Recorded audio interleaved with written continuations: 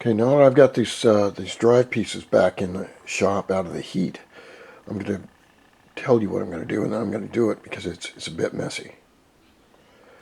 This is what's called graphite lube. These are for locks, okay? It's the most slipperiest, non-oily thing. You can see it. It looks just like that. It's basically it's pencil lead that's powdered. You put it in a lock, and it works great on locks and things like that to make all the metal parts run slippery. Now with your rear clamshell, your front variator, your springs, you want no oil or very, very little on any of it. The problem is that when this is spinning at 10,000 RPMs or 9,000 or 8,000 or whatever it is, and the back too, if you have any little bit of oil on it or in it, it will throw it out into the case. When it throws it out into the case of the motorcycle, it's going to get it onto the belt. And I just wanted to show you, the one on the right is the belt, which is stock. That's the one I'm going to use. These others I've had for a number of years. These are Kevlar belts for the DO or the Elite. You have to remember though that the stock Honda belt is about a ½ inch longer, and it's about a 2 millimeters thinner. I mean, not in width, because the ZX drive that the ZX belt runs on is a little tiny bit different. And so I don't want to get into that right now, but these are regular belts. If you can get Molossi, they're about 60 bucks a piece, probably, I think. But these Kevlar belts, they'll take a 50 caliber round and bounce right off. But my little stroker motor chews them up all day and all night. It's very hard when I get 5 miles out of town, and all of a sudden it's snap, and I'm going, oh Christ. Because why? Because I built the motor too old, because I'm just too cool. So I got to walk the whole thing all the way home and put another belt on it. So that's why you want to use Kevlar belts. Okay, now I'm going to put on some gloves right here, like you see. I'm going to put all 6 weights in here, and I will put in these 3 ramp guides. Then what I like to do is this. I turn my variator over, and it's got 6 slots. 1, 2, 3, 4, 5, 6. And what I do is I take my graphite and I put just a little tiny bit in there. Okay? Now, there'll be a lot of purists to tell you don't do this, because this will get on the belt. Well, yeah, that's true. But I found it works for me.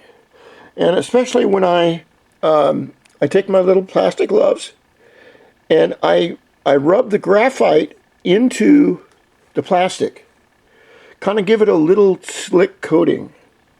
And it seems to work for me. Because in your motor, right where this front variator is right next to the crankshaft. Crankshaft has a lot of heat on it, especially if you got a stroker like this bad boy. And she puts out a lot of heat. I love that pipe. I got to get me another one. As soon as I got another $2,000, I want to get a blue one. That is absolutely the best pipe, YSF, that I have ever run in. I love it. And I got like about 10 different pipes. I got a whole bunch of pipes over here. See? I got all kinds of pipes I've collected over the years. I buy them from Steve in Hawaii, and well, that's where I buy everything from. And I just keep them and collect them, except for that one black pipe that he wanted for his Magic, and I traded him something for it. He's a good friend, so I tried the pipe, and I didn't really like it that much.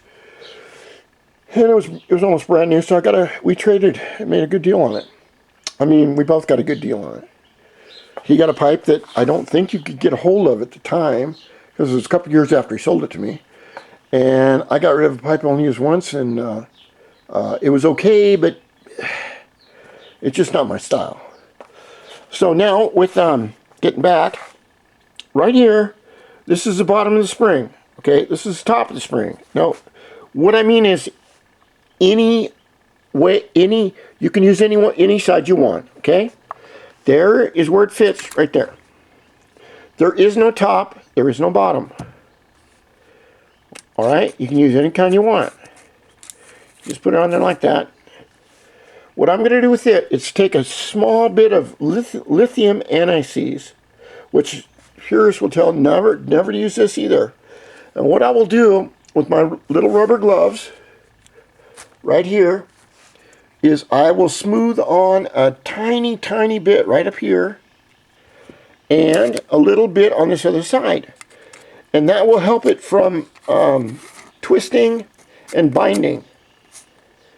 Okay, because if, for instance, when we talk about binding, it's where, say your bottom of your spring, and it's supposed to spin all the way around. It normally doesn't, but it can, freely.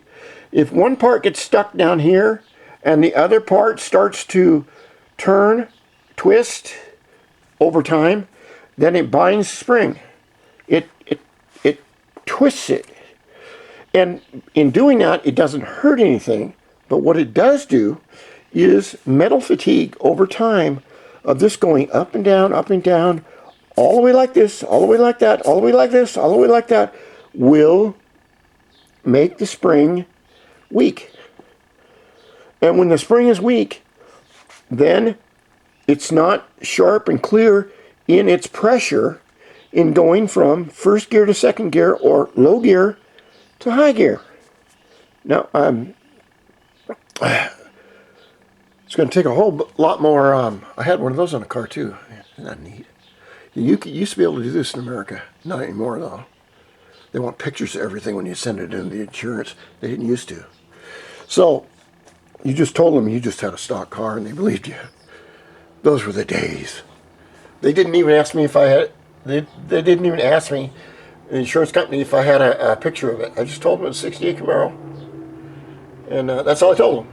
And they said, no problem, we'll give you insurance. Now they want to know, does it have a hole in the hood? Does it have a turbocharger? Does it have a supercharger? Does it have one or two turbochargers? Does it have any aftermarket nitrous parts that could, so we can use it when you get in a wreck to deny your coverage?